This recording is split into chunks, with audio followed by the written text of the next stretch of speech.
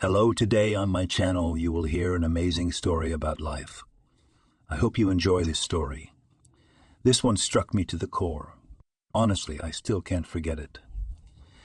Enjoy watching. Today, Catherine and her friends decided to take a proper walk. From the orphanage, they climbed out a hole in the fence. Some bars were missing. Immediately went to the store, bought there what they needed, and then headed towards the abandoned construction site. The girls looked as if they had put on their best at once. They were wearing brightly colored blouses, skirts, and provocative makeup. If they were out on the road now, they might not be mistaken for ordinary girls, but for completely different girls. "Well, shall we stop here?" one of the friends asked Catherine. "No, let's go further. In case someone comes, they will notice," she said in response. "Okay, if you want, let's go further." No one was not against it. They went to an unfinished house, climbed up one flight of stairs and settled down there. The girls gathered here often. First of all, the place was convenient. Secondly, if there was bad weather outside, rain or snow, they had nothing to fear. And thirdly, it was hard to find them there. Today, they took a bottle of some obscure alcohol and planned to drink it. Having unscrewed the cork, Catherine tasted it straight from the neck. "Ah, strong," she said. "Well, let me try," asked her friend. And so, the bottle went for a walk around the circle. When it was over, the happy girls left the construction site. Now it was possible to walk around a bit and then go back to the orphanage. They had no sooner left the construction site when the guys came up to them. "Hi," one of them said hello. It was obvious that he was well dressed, but he behaved very disgustingly. "What do you want?" Catherine asked him. "Do you have a cigarette?" He answered her cheekily. Pissed off, the girls wanted to pass by, but the guys did not let them. "What are you doing?" Catherine looked at these majors and thought how she hates them. "Come on, don't you dare," grabbed her by the arm of the one who started the whole conversation. "What if I do?" She wasn't timid. "Then I will," he smirked. "Let go," Catherine snatched her hand from him. "All right, live," he laughed. "We'll see who will have the last laugh," muttered the girl. They went on down the road, but the boys caught up with them again. "Well, girls, let's do it normally. Where did you go? Maybe we can go for a walk together," said the same young man. "You don't even have a cigarette, and you said we'll go out together. What should we do together?" Katerina was impertinent. "Let's go buy," said the guy to her. "Why, couldn't you buy before?" She turned to her friends and rolled her eyes, showing that she had nothing to do with this young man. Okay, peace." The guy stopped them. "Okay, I already told you." The girl couldn't move on from the previous conversation. "I'm John and this is Jacob." He introduced himself and his friend. "I'm Catherine. This is Betty. This is Katie. So what?" The girl looked at him. "Nothing, I told you. Let's go out and buy something. We have money," John told her. "If you have money, why did you buy it before?" She couldn't understand. "I can't. Everyone knows me. My mothers will tell. He was ashamed, but he confessed."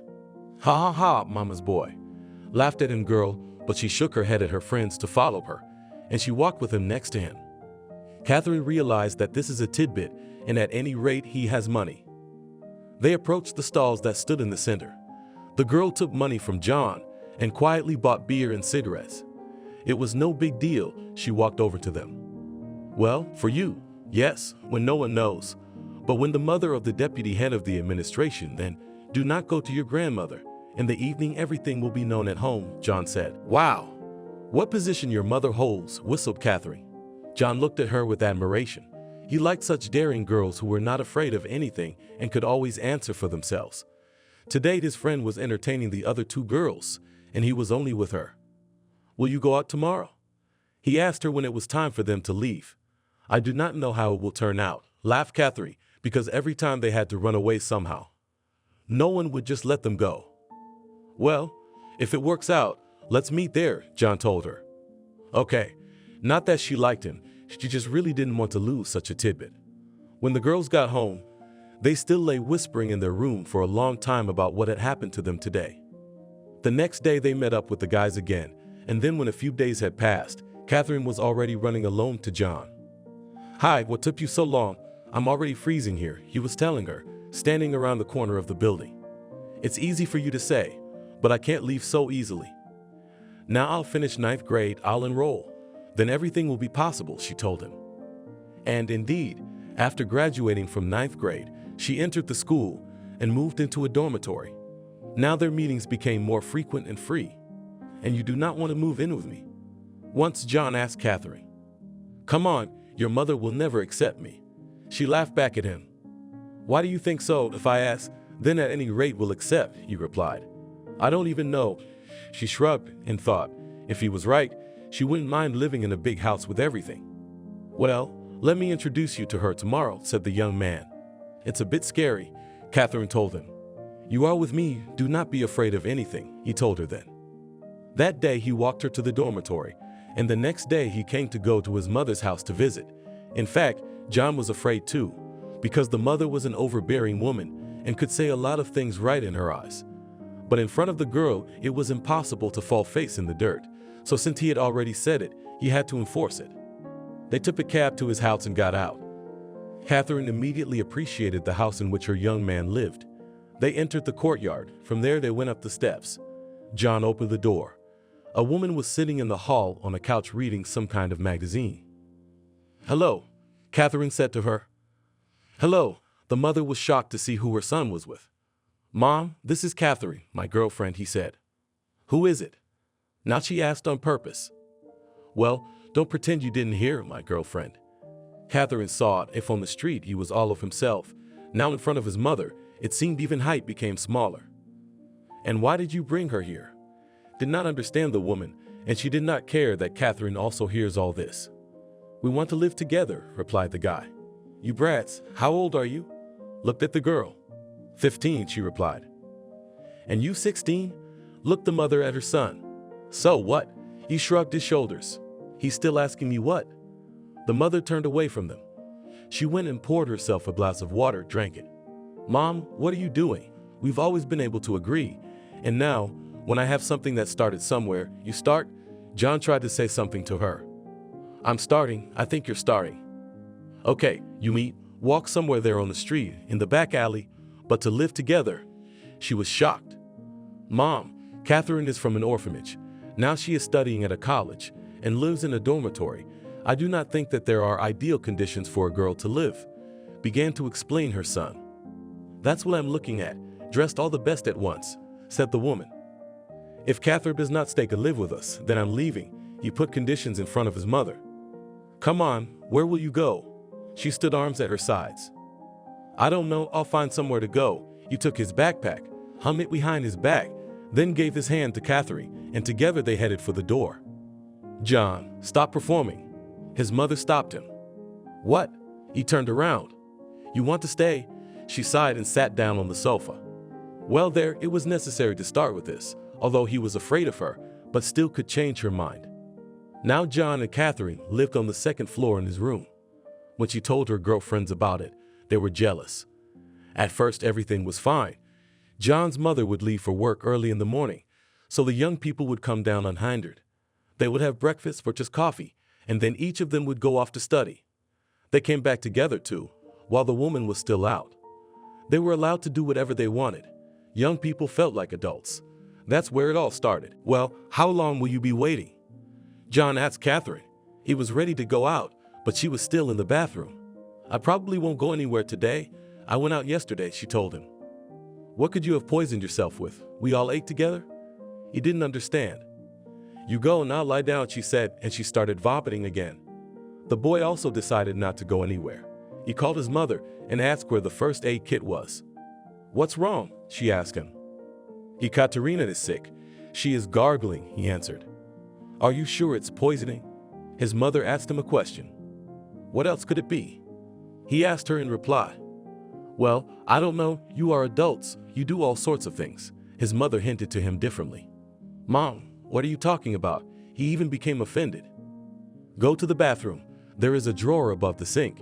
It contains various medicines, as well as pregnancy tests. Take the test first, and then we'll take the pills, she told him. John seemed to be in shock. He went where his mother said, took the strip, and brought it to Catherine. Open the doors, he asked her. Why? She couldn't go in there. Well, open it, insisted John. Catherine opened the door ajar. He handed her the strip. What is it? She did not understand. Read it? It says it all. Just now, just like that, he spoke to his mother, but now in front of the girl was confident. Are you crazy? Where did you get this? Asked Catherine when she read what he gave her. Catherine, please do everything it says, he asked her. The girl did everything, unknown from what, maybe shock or fright, but she felt better. She came out of the bathroom. Her eyes were big, 2 lines scarlet on a thin white stripe. What does that mean? John asked her. That's what it means. You're going to be a daddy soon, she answered him. Katya, what are you doing? We are still children. He was scared. She sat down on the bed and didn't know what to do. On the one hand, she had always thought her mother had done wrong in abandoning her, and if she had a child, she would never have done anything with it. But on the other hand, 15 years old, it turns out that at 16 she would give birth, and that meant no education and nothing more. In the evening, Naomi came home. She went through, put her bag down, washed her hands, changed her clothes, and went to the children's bedroom. Well, what did those strips show you? She asked. Here, gave her Catherine. I knew it. Permissiveness does not lead to good. The woman went downstairs, sat down at the table, and started calling someone. Mom, where are you calling? Her son asked her. What do you mean? To the doctor. She looked at him with an incomprehensible look. What doctor? We're not going to have an abortion. We're going to have a baby, John replied. Do you realize what a burden you're putting on your neck? She told him. Mom, remember yourself. The boy looked at her point blank. She never wanted to tell her son that, but now she had to. So what? I made a mistake then. Yes, it was wrong. But now I am smarter and older than you, she said. It's just that Nauman herself had an abortion when she was young and couldn't have children for a long time. It wasn't until she was 35, when she had money, that she got pregnant. I'm not going to let my girlfriend have an abortion. John stood his ground. And no one wants to ask me. Catherine put in her word. Come on, what do you want to say? Naomi listened to her. I am also against abortion, she answered. Good, agreed the mother. She thought about the fact that a grandson is not so bad. All through the pregnancy, Catherine had toxicosis. Whatever she looked at, whatever she ate, everything made her sick. It was so annoying, and she wanted to give birth quickly and get rid of it. She had a baby girl whom she named Elizabeth. Now they lived in a big, beautiful house where Elizabeth was loved, cherished, and nurtured by everyone. In addition to mom and dad and grandma, she also had a nanny. At first, Catherine tried to be a decent mother, but at some point she got bored with everything. One day she called her girlfriends and invited them to visit her. Catch you up, and we will not be scolded, they asked her. I'm as much the mistress here as they are, she told them, bragging, even though she and John were not even married yet. The girls did all kinds of things today. When Naomi came home from work, she was shocked. What are you doing? You've got a little kid, she said to the girl. What I want. I do what I want. None of your business. Catherine had a little drink today, so her tongue was loose. So. Shook her head at the woman. It was their first quarrel, but then the more reproachful Naomi was, the more unbridled the girl behaved. John, don't you think a mother like that can't be trusted with a child? One day a mother sat down to talk to her son. What can I do? She doesn't listen to me in any way, he told her. She won't listen to you. She'll listen to me. Naomi was sure of it. How will she listen to you? John smirked back. He realized that if Catherine started doing things, she would not stop at anything. Where are you going? You're not going anywhere today. Naomi stood in the doorway and wouldn't let the girl go anywhere. Who told me that, you? Catherine stood and looked at her brazenly. Who the hell are you? The mother did not understand. Catherine bypassed her and just walked out of the house. She had no intention of listening to anyone. After she returned and came to the room where John was, he saw the state she was in. You, where have you been? You stink. You're all dirty, he grumbled. What's wrong with you? She asked him. I don't like everything, the guy told her. Don't look and don't smell it, just said the girl and went to bed. In the morning there was a debriefing. Do you even know what your kid does? Naomi asked her. And what he does, Catherine wondered. How many teeth she grew, whether she went or not, do you know all that? The woman continued to ask questions. Oh, leave me alone. She had a headache after yesterday and had no intention of talking to anyone. So John, we have to decide something. Are you going to continue living with this girl? Mom emphasized the last word in her voice. I don't know. John glanced at Catherine. He had long ago lost his feelings for her, but some affection remained. And then there was the child they shared. So dear, I'm filing documents to the court to deprive you of maternal rights, and do not think that I will not succeed, Naomi said seriously. How can you deprive a child of its mother? Today, Catherine was still laughing. You want to know how? You'll find out soon enough. And the mother began to do everything as she had planned. John's friends, John himself, his mother proved that Catherine was leading an inappropriate life, that she couldn't be left with the child. The woman did everything to win the trial. And now, at the age of 18, Catherine is again alone on the street. The child is left with his father, and she stands and cannot believe that everything really happened like that. Yes, and fuck you, she shouted from behind the gate. Elizabeth was now living in the big house with her father and grandmother. For some reason, John thought he could do anything now that he was rid of Catherine. He could go out with his friends or something. But his mother forbade him everything, thus spoiling his plans. The young man was not allowed to go out, not to bring anyone to his house. Am I a prisoner here? He asked his mother. Did you get it from your girlfriend? She didn't understand him. I'm a young guy. I want to go out. I want to meet friends, he told her. At the meeting already, sat the grandmother next to little Elizabeth and looked at her. Mom, he told her. What, son? She answered him. Naomi did not recognize her son, who until a few years ago had ducked his head at the sight of her. Why can't I go out? He started all over again. Why do I have to sit with your child? The grandmother asked back. John was getting more and more pissed off every day. One day his mother was at work. He left home. His friends called him to some party. How he dreamed of it. And now that he was out, he was having a blast. He was so drunk, they had to call an ambulance. While they were taking him out, he fell a couple times and hit his head on the stairs. Hello, Naomi. Her phone rang at 3 o'clock in the morning. Yes, hello. Of course, she was not used to such calls in the middle of the night, but now it was not a work call at all. Your son is in the 35th hospital. Could you come over? A man's voice asked her. What's wrong with him? The woman was worried.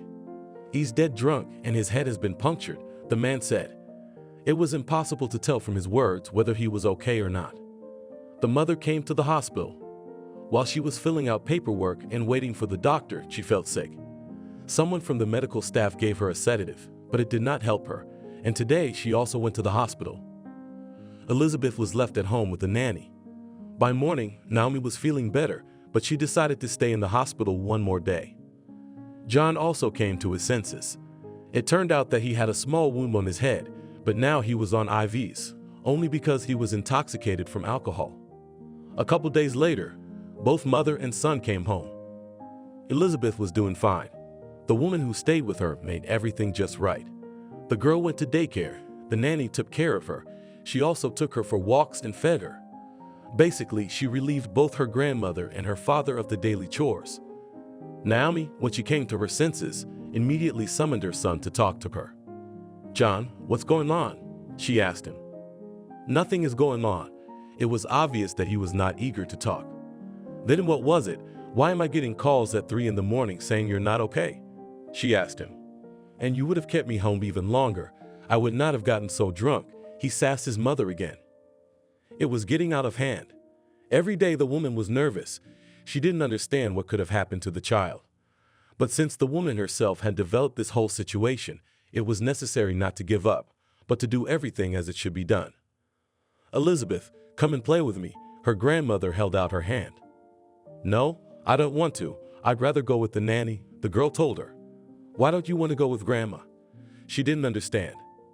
And Elizabeth was simply afraid of this bossy woman. The girl was afraid of everything in this house. The house itself was big. Her daddy didn't pay attention to her. Her grandmother kept pointing things out. Everything was wrong. And only the nanny, this kind woman, hugged her and spoke in a soft, gentle voice. When John was discharged from the hospital, he drove home, not telling Elizabeth anything yet. There was a funeral to attend to. He gave out instructions, and the administration helped with everything. And after that, the guy decided that he had a big grief, and it needed to be flooded. So he took a bottle out of the fridge, drank it, felt better right away. And it started happening every day. Since his mother left a lot of money, John had nothing to worry about. He didn't notice his daughter at all, but he did everything for himself. "John, would you stop it?" The nanny came up to him and tried to tell him what to do. "What, you're gonna tell me what to do?" He tell her. "You have a daughter growing up. She's already in 2nd grade. She's missing her daddy and mommy, and her grandmother is gone," the woman said. "So they pay you money for what? To watch the girl. So watch her," he told her. She tried her best to hide from the girl what was going on in the house, and there was a complete mess. The young man not only drank, he led friends. Every day to his house came to different girls, and it was unclear where he takes them and what they can do when they come here. Catherine, after being kicked out of the rich house, laughed at first, sending her former relatives far away. But after a while, she realized that she had nowhere to go. She didn't know what to do. At first, she stayed with one friend, then with another. But it was impossible to live like this all the time, and the girl decided to go to the city where her mother lived. It was not so far away, so the girl got there quickly. Of course, she didn't know anyone here, so Catherine couldn't think of anything better to do than to find her mom. It wasn't that hard to do, because when the girl got to the orphanage, she was already more than 9 years old. She remembered, of course, not very accurately from where she was taken, and let Catherine knew the address inaccurately, but she knew exactly what the name of the village was. "Hello, can you tell me if there are buses?" she asked at the bus station. When she was answered in the affirmative, the girl rejoiced. She also learned that tickets can be purchased directly in the cabin of the vehicle, and now she stood and waited for her bus to come. She drove, looked out the window, and thought to herself what she would say to the woman who had left her so many years ago and then never even came once. But later Catherine decided to leave these thoughts for later. Here she will meet with her, there and talk. It was not far to go, so in half an hour Catherine was at the place. She got off the bus and looked around. Yes, everything had changed in the village, and she did not remember much here. "Hello, excuse me, Tony, where is the house of the Walkers?" she asked a passerby who passed by the stop. "Oh, it's over there." He showed her his hand in the direction. "Thank you," answered Catherine, and went where she had just been shown. The closer she got, the more recognizable the street became. For some reason her legs began to shake. She felt uneasy inside, but since she had already arrived, she decided to see it through. From afar she saw her house, those windows and gates that were etched in her memory. They were so shaky that they probably would have fallen down long ago, but they were just propped up with boards, and that was when the girl was still living here. She remembers that day. Her mom and some other people were sitting in the kitchen, talking loudly, and then the door opened, and some questioning women came in.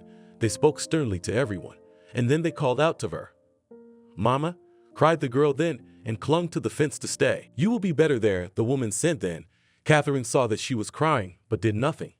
What happened next, the girl did not remember, and then she somehow got used to the orphanage, where she began to live in the future. She approached, yanked the gate. It was unlocked. Catherine went inside.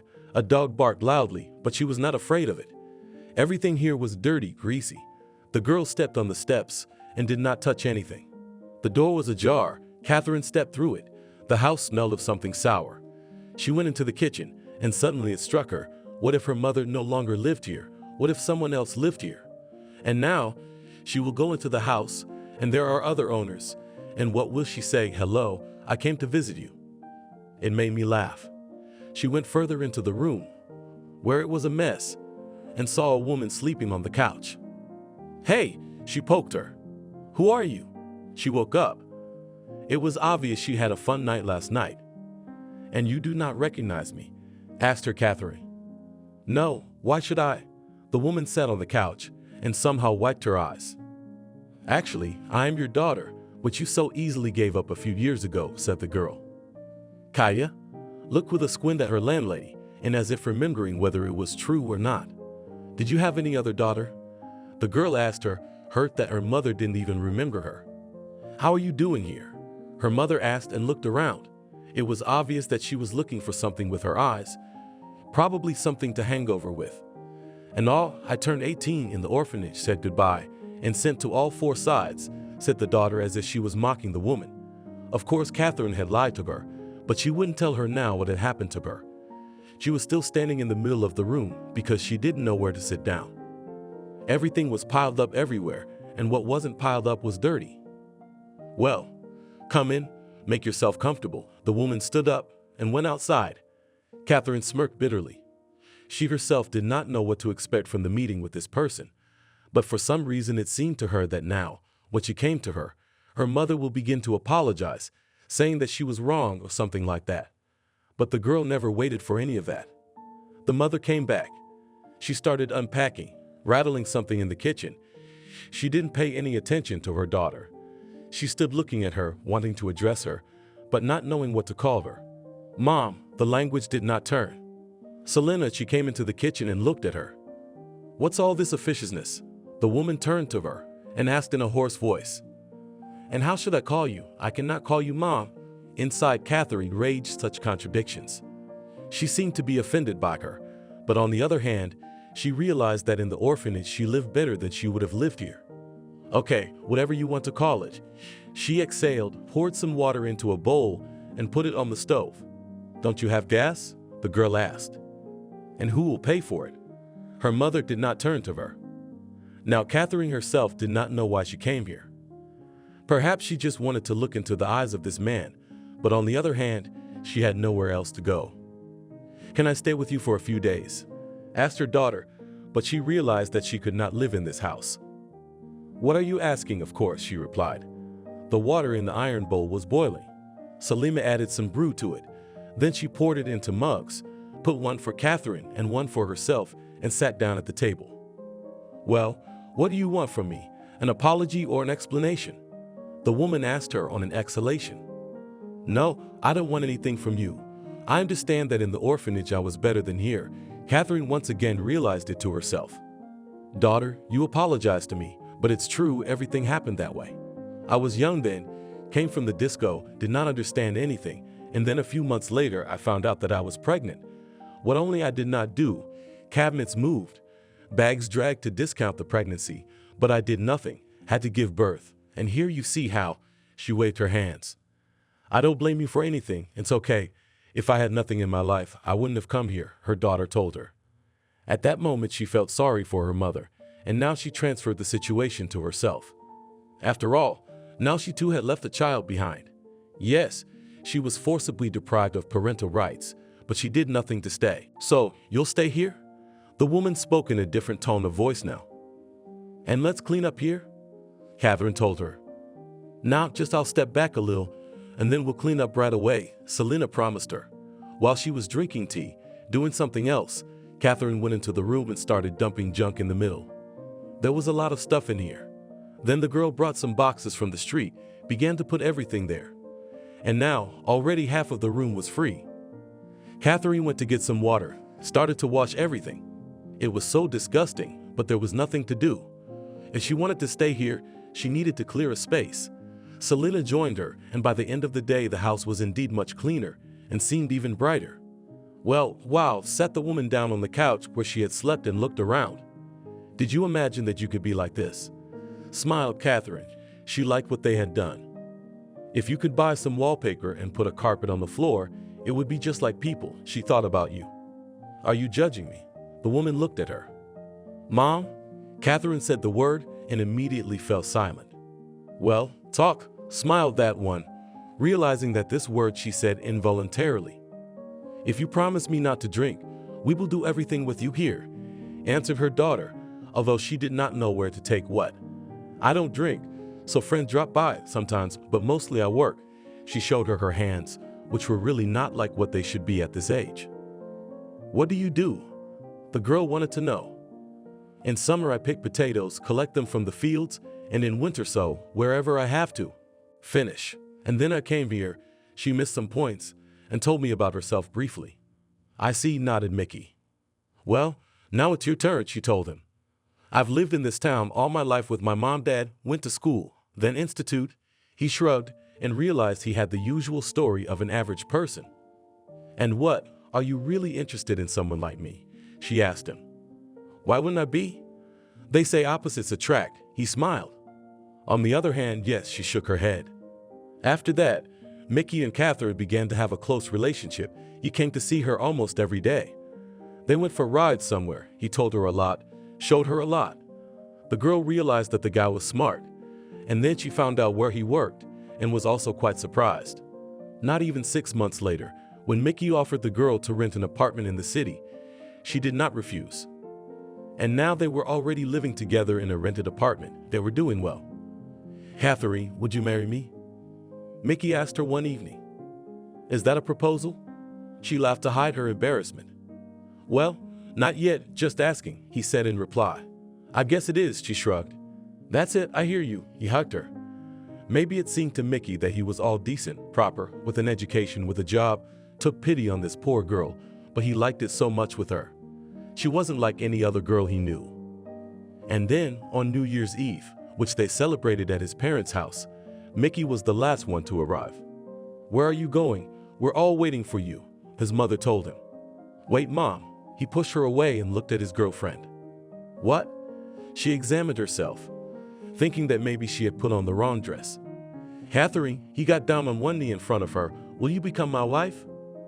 It was obvious that the guy was very embarrassed, but the girl knew that he often had it. He handed her a ring and flowers, and then sat in this pose and waited. And in the meantime, she cried. No one had ever proposed anything like that to her before, not even when they'd lived with John, who'd never even mentioned a wedding. Of course, she went up to him and took the ring. He stood up and they embraced. Catherine saw Mickey's mother press her lips together. It was clear that the girl from the orphanage was of no use to anyone in the family. Everyone immediately thought only bad things. But now she promised herself to prove to them that she wasn't like that and could be better.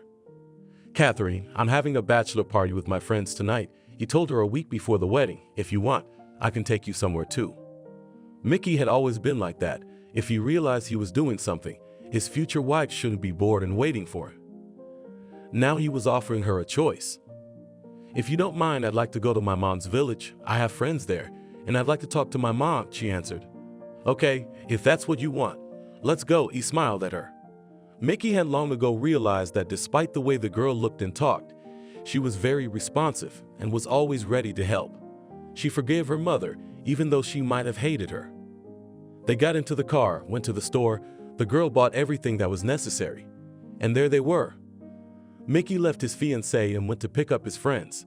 They decided to surprise him today. Young people came to the local cafe, which was in their own town, took a seat at the table, which was booked in advance by Mickey. "Mickey, did you know that your Catherine already has a child?" One of the guys asked him. What child?" He looked at him. "Just an ordinary baby, not a little baby anymore," smiled his friend.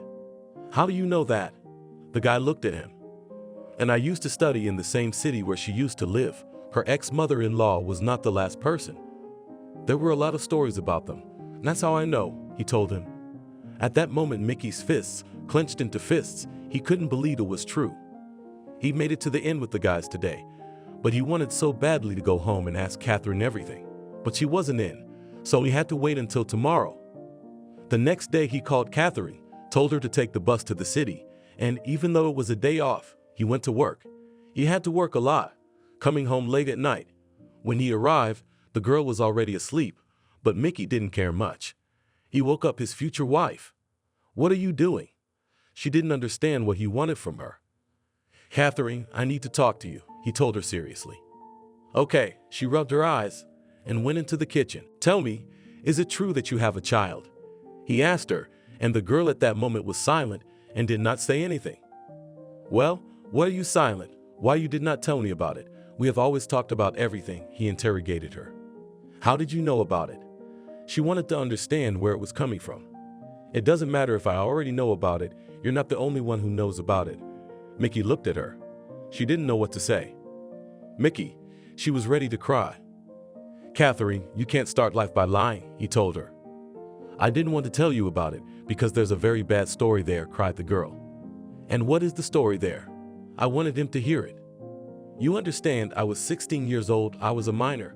I did not understand anything, and he has a mother," cried the girl even harder. "What about his mother?" It was like Mickey was pulling information out of her. "She wasn't the last person in town. Even if I wanted to, they'd still take that baby away from me," she continued to cry. "So, tell me please, everything in order, from the moment you met to the moment how you ended up here."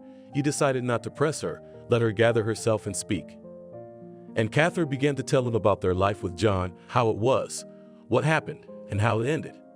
"Why couldn't you have told me that right away? Do you think I wouldn't have understood? He asked her. Mickey, imagine the situation. You and I meet for the second time. You say to me, tell me about yourself. And I'm like, oh, I'm an orphanage. I have such a bad temper.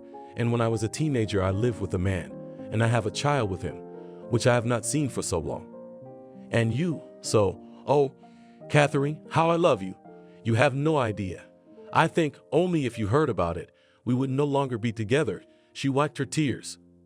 Come to me, he called out to her. And when she came over, he put her on his lap and hugged her. Since they had it all figured out tonight, the wedding was not canceled. Everything was as they had planned. It was just the way it was. Of course, the groom's mom was not very happy about the passion that her son chose for himself. But apparently he had weight in the family, so no one said anything, and everything went well. Catherine did not know about it, but at the time of the wedding, she was already pregnant. It only came to light a month and a half later. Mickey was overjoyed, as were his parents, that they would soon become grandparents. Now Catherine did everything to keep the family together. She gave up all her bad habits, wanted her to have healthy children. The girl communicated more closely with her mother. She also corrected herself. Yes, she could drink, but on some holidays, not like before. As her daughter had promised her, she helped her with the improvement of the house. The very curtains for the windows, the carpet on the floor, and everything else were bought. And now, when Catherine came to visit her, she did not recognize the house in which she got when she was here for the first time. On the due date, the family had a long-awaited son. Mickey chose a name for him himself. He decided to call him Steve. Catherine had nothing against it. The family was idyllic. The husband worked. He provided for the family very well. But Catherine also planned to go out to work somewhere after the child goes to kindergarten. She tried to be an ideal wife and mother, as well as a daughter-in-law. She did everything to make her family happy. Now, thinking back to her past self, she thought how wrong she had behaved. If she hadn't acted like that then, nothing would have happened that happened then. But on the other hand, if all that hadn't happened, she wouldn't have Mickey or Steve now. That was usually what Catherine thought about when her husband was late at work. She put her son to bed and sat alone in the kitchen. Then the thoughts overwhelmed her. When Stivik turned 1.5 years old, he went to kindergarten.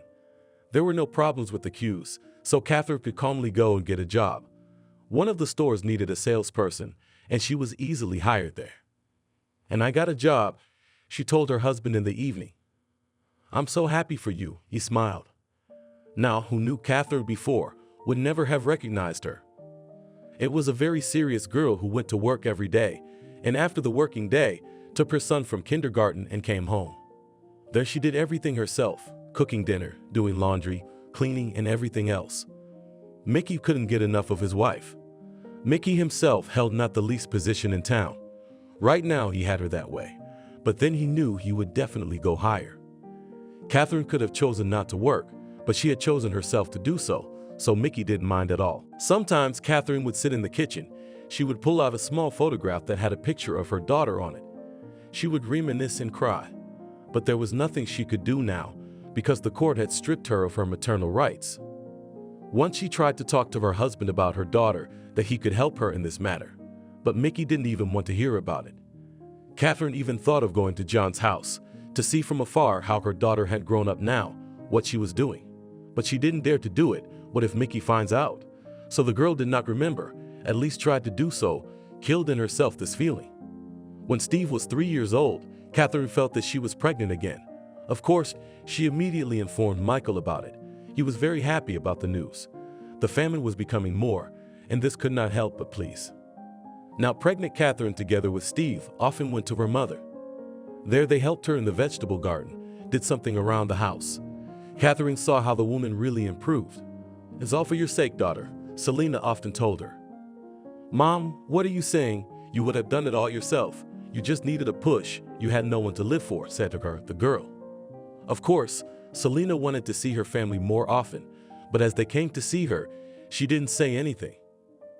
Mickey, I don't feel well. Catherine woke him up one night. She had a stomach ache and she felt very nauseous. Without saying a word, the husband immediately started the car and put his wife in it. He did not forget about Steve, because he could not be left alone at home.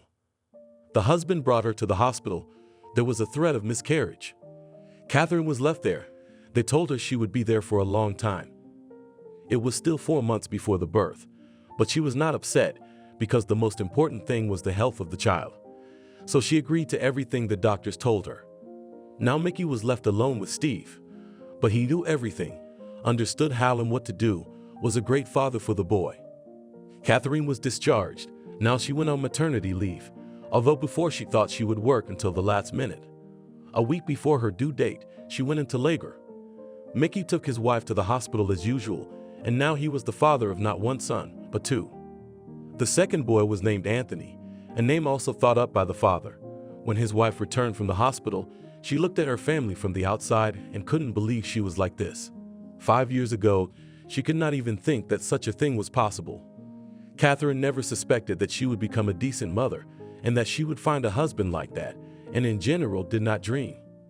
One evening she and Mickey were lying in bed. Catherine put her arms around him. "You hug me as if you want to say something," he said to her. "Mish, I want to talk to you about my daughter," she said quietly. "Please don't start with that," he asked her. "Why? It's my child." "If you love me, why can't you accept her?" she asked. At that moment she was lying on his chest, tears rolling from her eyes. "I don't want to hear anything about your past. You live with me now. We have 2 children and you have no one else," he told her sternly. "I understand." "Well, but imagine if I had her now." She didn't know what argument to pick up. "Catherine, I already told you that I do not want to bring up this topic. That's it, finish talking." He put the point, and his wife understood that he really will not talk about it anymore. John, on the other hand, continued to enjoy life all this time. He went out as long as there was money left from his mother, brought his friends home. Whatever they did there. He took different girls home. He wasn't interested in his daughter's life at all. As long as the nanny was around, everything was more or less normal. The woman fed the girl, she took her to school, she helped her with her classes, but at one point it was over. "You know, we don't need your services anymore." John came up to her. The girl was in the 3rd grade. Of course, the woman was shocked by the news. "You realize that you'll let your daughter's life on a whim, and nothing good will come out of it," she said to the young father. "And that's not your problem at all," John told her then. The nanny cried, Elizabeth cried, but there was nothing they could do. The woman had left, and now things were getting very bad. When she and her mother used to live in this big house, there used to be a housekeeper who cleaned and cooked. Now she had to be fired because there was no money. And then it got to the point where the young man started selling everything. First, he sold his mother's car, which was restored after the accident, and then his own. There was nothing else to sell. He only had this house and that was it. "Dad, I'm hungry." Elizabeth came up to him. "And what?" "Go and look for something in the refrigerator," he told her. "There's nothing there," the girl answered him. Then the father would order some fast food, pizza, a burger or something like that, and feed it to his daughter. He didn't care if she had a learning disability or anything like that, or if she went to school or not. He didn't care. "Daddy, help me with my homework." Elizabeth was used to the fact that before she and the nanny did everything together, but now there was no help from anyone. John continued to drag different girls, from which the girl suffered, but tried not to show it.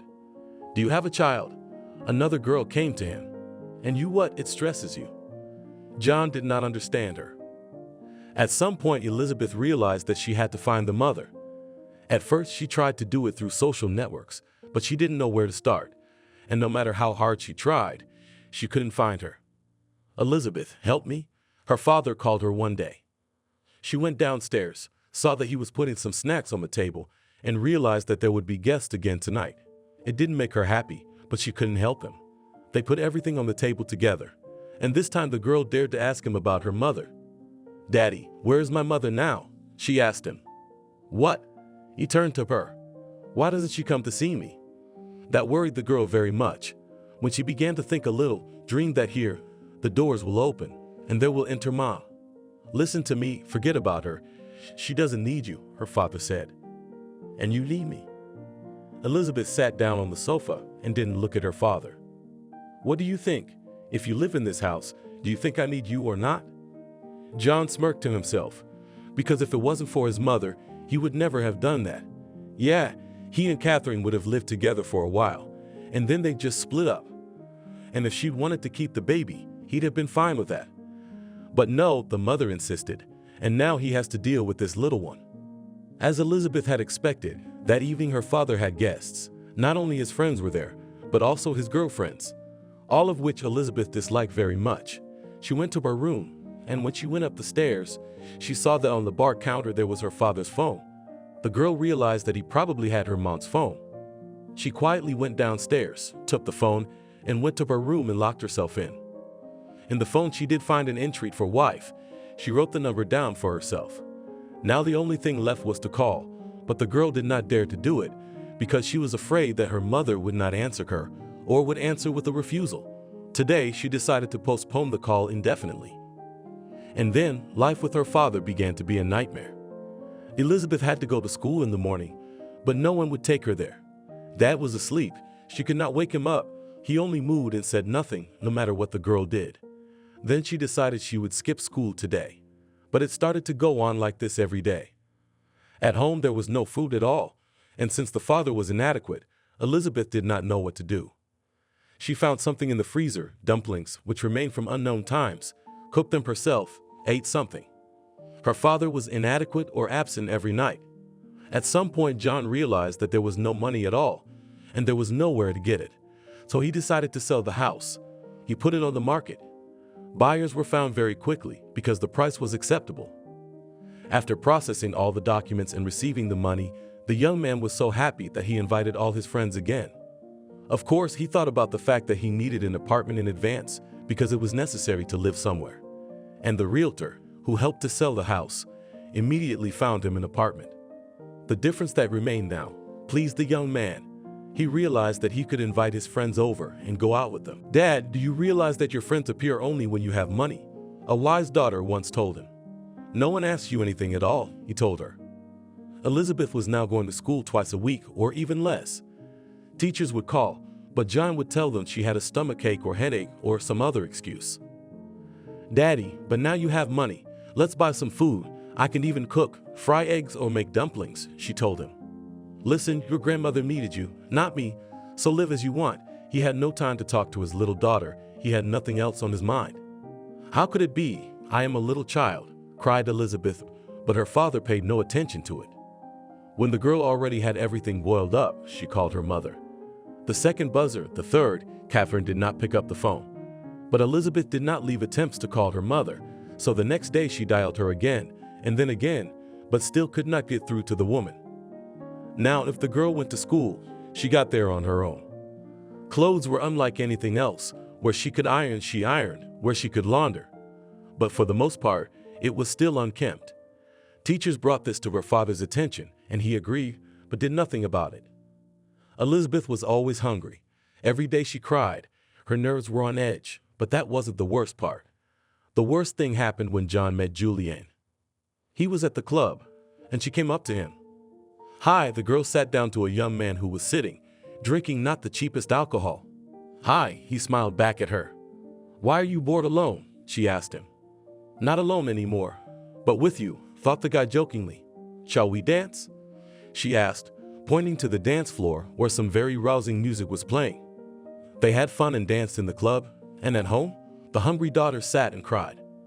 She really thought about complaining to someone, but she didn't know who, and she was afraid that if her father found out, it would be worse for her.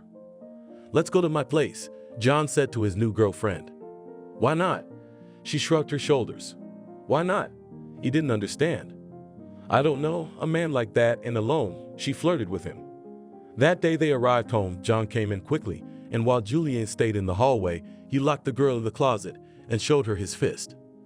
"Just yell," he told her, and slammed the door shut. "Daddy," she only managed to utter and cried again. She heard some woman laughing in the room, her father saying something, but she couldn't do anything. "Tell me, how do you feel about children?"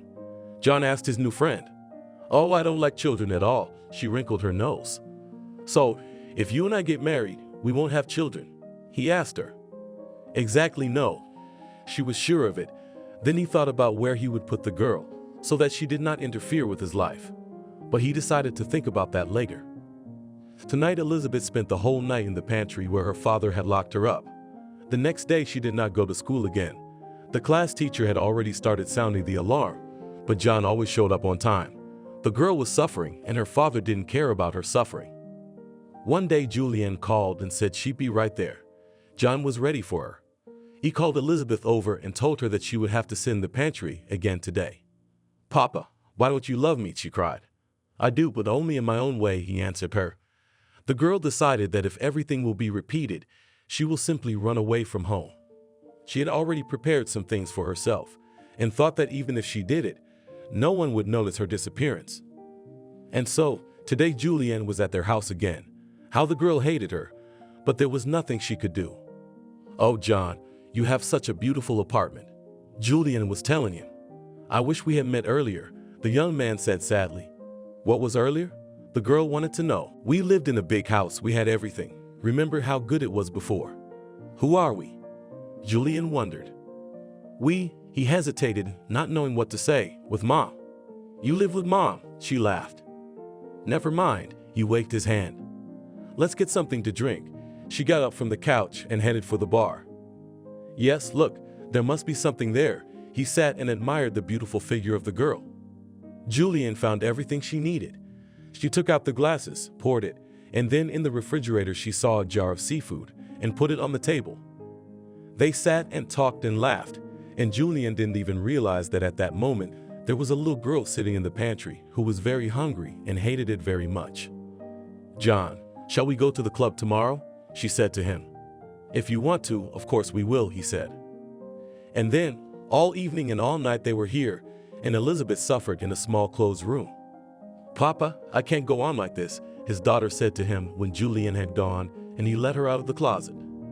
"Well, why can't you sit there? The lights are on, there are books." He didn't understand. "Well, how are you going to live with her?" "I'm not going to disappear," she asked him.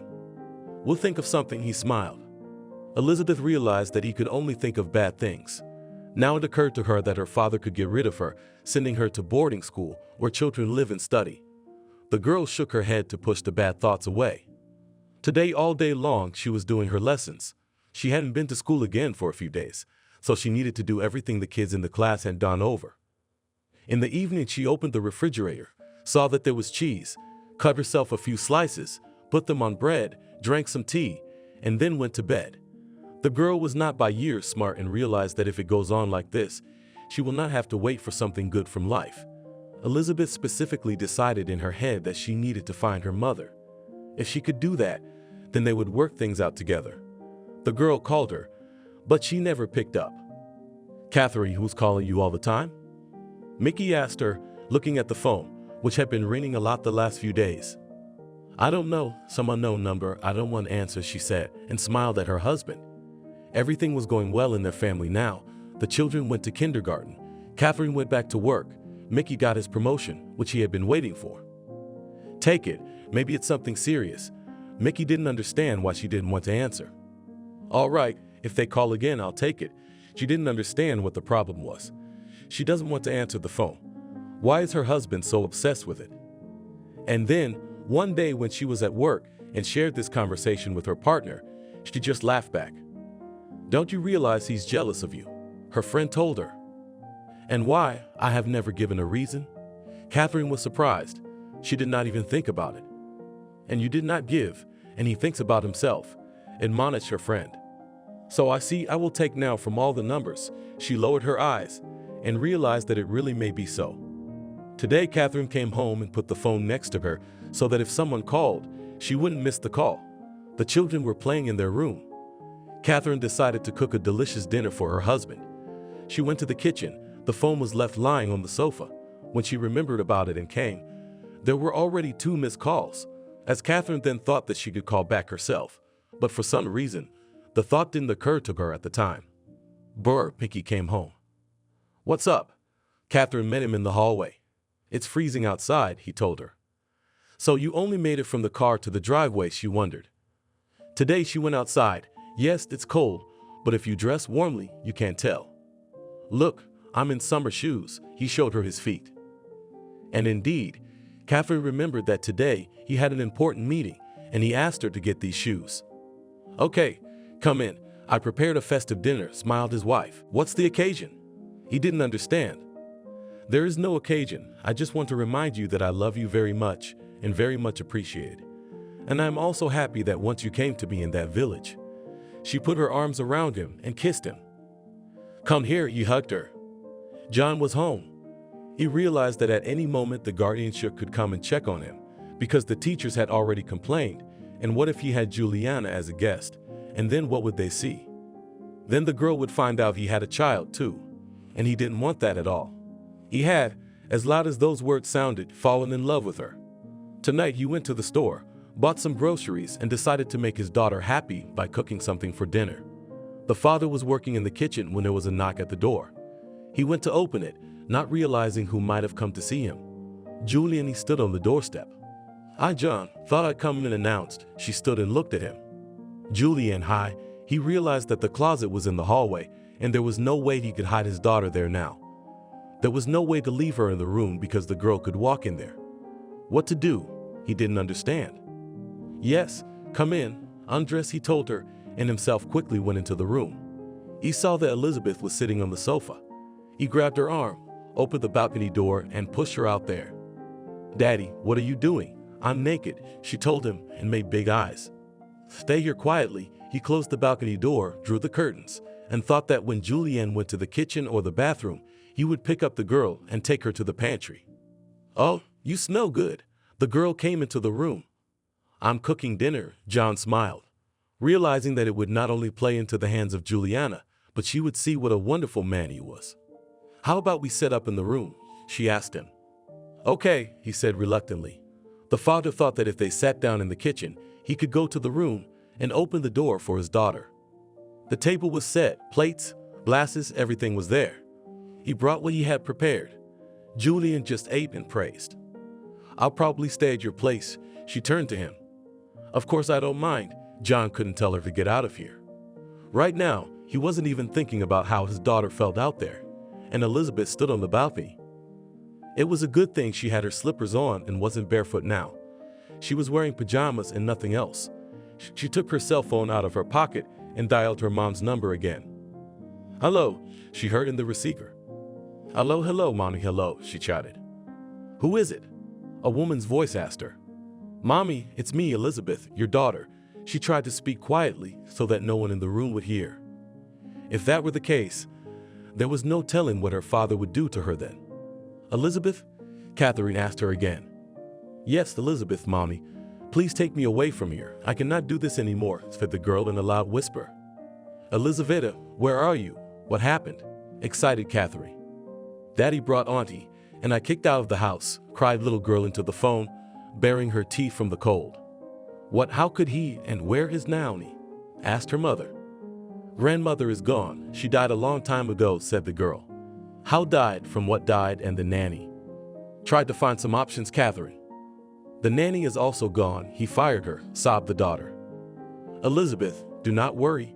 You still live there too," clarified the mother. "No, we moved. My father sold the house, and now we live in the city in an apartment." Elizabeth froze so that she could not speak clearly. "Do you know the address?" Catherine asked her one last question. "Yes," Elizabeth dictated her location. "Will you be able to stay there? Because the road will take time." Catherine asked. "Mommy, I'll try. I'm waiting for you. Come soon," cried the girl. "Wait," dropped the call mother. Elizabeth believed her. She looked around. Here on the balcony there was practically nothing. She saw a small carpet rolled up, unrolled it and put it on her shoulders, so it was warmer anyway. "You understand, daughter. Life is such a complicated thing that sometimes it turns out that you forget about the closest people," Catherine cried, ran to the bathroom. She realized that if she had started to do something earlier, it would not have happened now. After that, something had to be done, because Elizabeth could not just live with them. Catherine had been stripped of her maternal rights, and really, if John wanted to, she would be in big trouble. Mickey got on John's case. He brought everything from his past, and there was a lot of it. And at some point, there was a trial to get Catherine reinstated as a mother.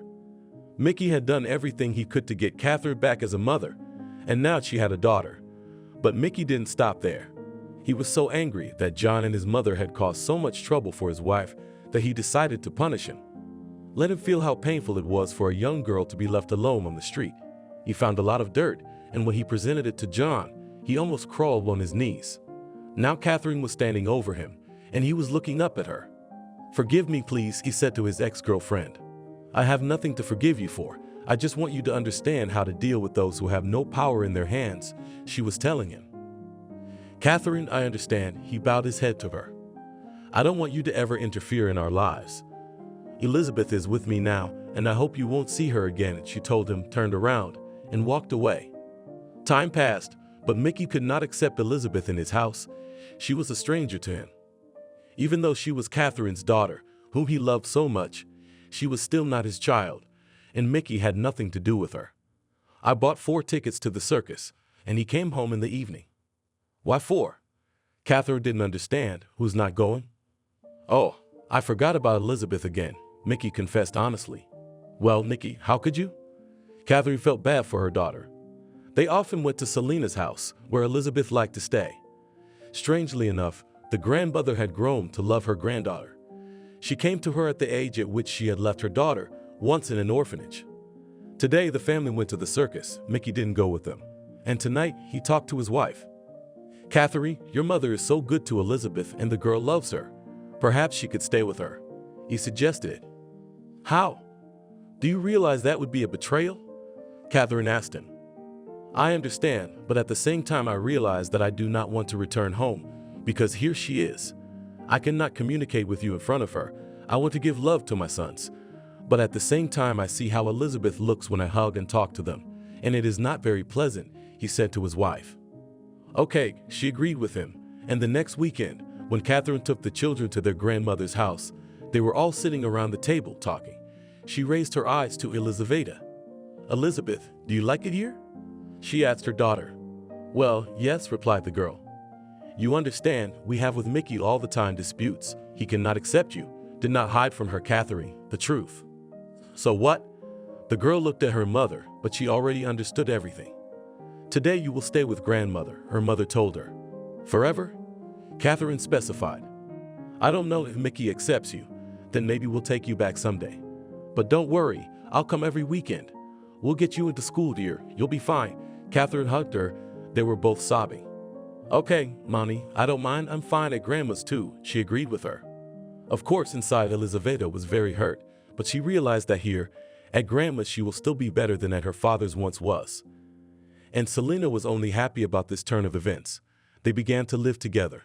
At first, Catherine, as promised, every weekend came to her daughter and her mother, but then it began to happen less and less often. And now she could come on New Year's Eve or May holidays, sometimes in the summer. But Elizaveta had gotten so used to her grandmother that she no longer needed anyone but her. Now that her grandmother's health was bad, Elizaveta was very worried about her native person.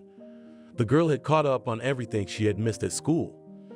She studied, and very well. Her grandmother was only happy for her. Then the girl found a good company. They went to discos, gathered in the afternoon in the club to rehearse something, because they had an asset.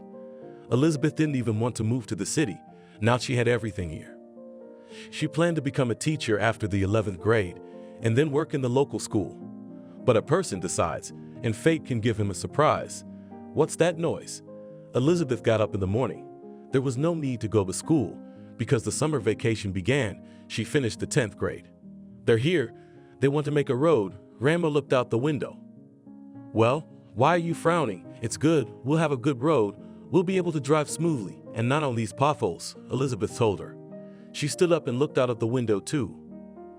There were several guys in orange jackets working on the lot, which was far from their house. It was like a woodpecker had settled in her head, Selena said, and left to take a pill. Elizabeth, who was happy for her village, was very happy that they were now making a road here. It would be possible to study for a driver's license and not regret the car anymore. Because when her mother and Mickey came over, and they had an expensive car, and Mickey kept saying that he felt sorry for the kind of money he was spending on repairs because he was driving on a road like this. A few days went by and Elizabeth decided to ask the workers when it would be finished and in general how long they planned to work here. She walked over. There were 2 of them, one older, one younger. Elizabeth addressed both of them at once. "Hello, when do you plan to finish?" she asked. "We think that everything will be done by September." The younger guy raised his head. "That's good. We'll go to school on new asphalt," shook her head. "Yes," he replied, Elizaveta asked a couple of questions. Why? Who appointed it? Because before there was no such thing. So many years stood the village without a road. And the young man explained everything to her. And in the evening, when they gathered at the club, she saw him there. Hi, he came up to her. Hi, said hello already today, she laughed back. I'm Archie, he held out his hand to her. And I'm Elizabeth. She simply answered him and still smiled. What do you have here, a disco? He looked at the doors of the club. Yes, the girl saw that he was interested. Disco is good, smiled the young man. Shall we go? She called him. Let's go, he said back. They entered the hall. It was dark, and only they looked who was there as a slow song played. Elizabeth, I want to ask you out, Archie said to her. Okay, I don't mind, the girl replied. All this time she was smiling. They went out into the hall, started dancing after the slow one. There were fast dances, but they didn't want to stay here anymore. Let's go for a walk. You can show me the village, the young man said to her. They walked out of the club. The girl began to tell about the village, about its foundation, how the Mo was here. Archie listened. He was really interested. Then, in the evening, he walked her home. In the morning, she saw him working again. Then, in the evening, he came to her house. Hi, shall we go for a walk today? He said to her. Sure now. She went inside to change her clothes and then go with her boyfriend. Where are you going? Her grandmother asked her.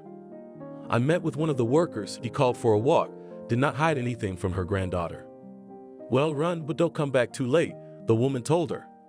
That's it, bye. I'm running. Elizaveta couldn't wait to go outside. Again today they walked until the evening. And then Archie, just like the previous day, walked her out. Say, will you go out with me? He looked at her. Of course, she replied and became embarrassed. It was the first such proposal. The girl had never even gone out with anyone before. The grandmother was worried that the girl was not yet of age and that this guy could seduce her, but at the same time she believed that her granddaughter was smart and would not do what her mother had done. Elizabeth and Archie walked and talked about everything. They were together for the rest of the summer, and then when the work was done, he had to leave. I so don't want to part with you, he hugged her. I don't want to break up with you either, she said honestly and looked into his eyes. Elizabeth knew that she had such a character. She quickly gets used to people. And now she realized that Archie would leave, and they might never meet again. It made her very sad. I will come, he told her. And I will wait, she answered him in a whisper. In September, the girl went to the 11th grade. Everything was fine. Twice a week on weekends, Archie, as promised, came to see her. They walked around the village, talked again, but now it was no longer that childish love, when they walked by the hand and just hugged. The boy was kissing his beloved. He told her how they would live together and what they would have later, when she graduated from school and went to study in the city. Oh, Archie, don't wish. Usually when you do that, it doesn't work out, she told him. You know, I'm such a man. If I wish for something, it will come true. He looked at her and could not believe that there were still girls like her in life. And Elizabeth, like her mother, believed that this young man will make her happy. After graduating from the 11th grade, she, as planned, went to enter the city. It had been a success. Archie told her that he was renting an apartment and they began to live together. Everything was fine in the couple's relationship. But one day Archie came home and told the girl that he needed to have a very serious talk with her. At that moment, Elizabeth looked at him and realized that either he was going to propose to her now, or it was the last day they were together. Talk? I'm listening. She was ready for anything. Elizabeth, everything you know about me is pretty much true. My name is really Archie. I really work for an organization that serves different villages, towns. We do roads, construction, and a few other functions. But what you don't know is that this organization belongs to me, he said, and watched her reaction. I don't get it. Elizabeth was very surprised to hear him say that. I started a small firm a few years ago, and then it just kind of took off. And now I have a few dozen employees and I organize it all, he told her. So why did you work yourself when you did the road in our village? She wondered. Because that day several workers had poisoned themselves and couldn't go to work, and one man couldn't cope with all the work that needed to be done. So I went out to help him, and here you are. He was telling her what had happened that day. Archie, she looked around. Yes, I used to come to you in my car, leave it behind the village, and change into my work clothes and come to you. He continued his story. Is this apartment yours too? she asked him. No, I really rent this apartment. In fact, I have a house outside the city, and if you agree to stay with me after all this, we can go there right now. He took her hand. God, I never thought this would happen. She was at a loss. Well, as you can see, it can, he answered her. Archie had actually meant to tell Elizabeth all this before, but he couldn't quite summon up the courage. He realized that the girl was decent and would stay with him even if he became poor and unemployed. That was what attracted him to her openness and truthfulness. They left the apartment, got into a completely different car, and drove out of town. The house was really big. Elizabeth immediately remembered how they lived with her father, grandmother, and nanny in almost the same one. She went inside and looked around. It can't be. She covered her face with her hands. Believing it can, he walked over, put his arms around her, kissed her. Beloved, she looked at him adoringly. Will you be my wife? He said in her ear. Archie, I fell in love with you for nothing, for no riches, no money, and of course I agreed to marry you, no matter who you are, no matter who you are, no matter if you are a beggar, no matter if you are a laborer, no matter if you are a director. She embraced him. Elizabeth, that's why I couldn't admit it to you for so long, so you wouldn't think anything bad. He spun her around, the place allowed it. In the evening she called her mother and told her all that had happened to her. Catherine was very happy for her daughter that everything had worked out so well. She came to her in the evening. They sat together on the couch. Her mother hugged her and cried. Said they were such bad parents who couldn't keep their daughter. But now she had found herself a wonderful life partner, and she was sure to do well. Elizabeth was crying too. She realized how hard it had been for her before. Now she told her mother that she would move her grandmother in with her and they would all live together. Archie was fine with that. Mickey had never been able to accept Elizabeth, so he never went to see her. But the mother began to visit her daughter almost every day now because they lived not far from each other. A couple months later, Archie and Elizabeth were married. Grandmother sat as the guest of honor at the wedding. Mother, Mickey, Steve, and Anthony were all there too. They were happy for the girl. Elizabeth, in a beautiful white dress, stood next to her beloved.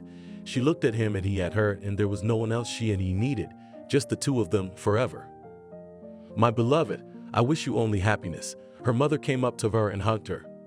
Mommy, thank you for everything. A tear rolled down her cheek. Forgive me for everything. Could not forgive herself, Catherine, all that happened during all the time she was arranging her life. No, Mom, I don't blame you for anything. Her daughter looked at her. She understood the woman now, because she was in love herself. If the same thing had happened in her life now, there was no telling what she would have done. Grandmother cried. She realized that everything ended in peace. What if? I didn't want to think about it. Today they had fun and rejoiced for their daughter and granddaughter. Mommy, Catherine sat down to Selena. Do not say anything, apparently. God is still in the world. The woman smiled. She realized that her children had been given everything. Each of them had to go through a hard way before they became loved and happy. You know, and not so bad. Catherine watched how the young danced and rejoiced. Do not think about it, quietly said the woman. The party was over. Everyone went home. Archie and Elizabeth were unspeakably happy. The very next day they left on a wedding trip. It was a wedding present from her husband. Do you know? Elizabeth looked at her beloved. What? He was ready to listen to her always and everywhere. Not everything was so easy for me to come to you. You know, how many difficulties I had to endure. As they say, through thorns to the stars. She pressed against his shoulder. Will you tell me? He knew this girl wasn't hiding anything from him. Yes, but sometime later, she smiled. I want us to have 3 children, Archie said, looking up at the sky.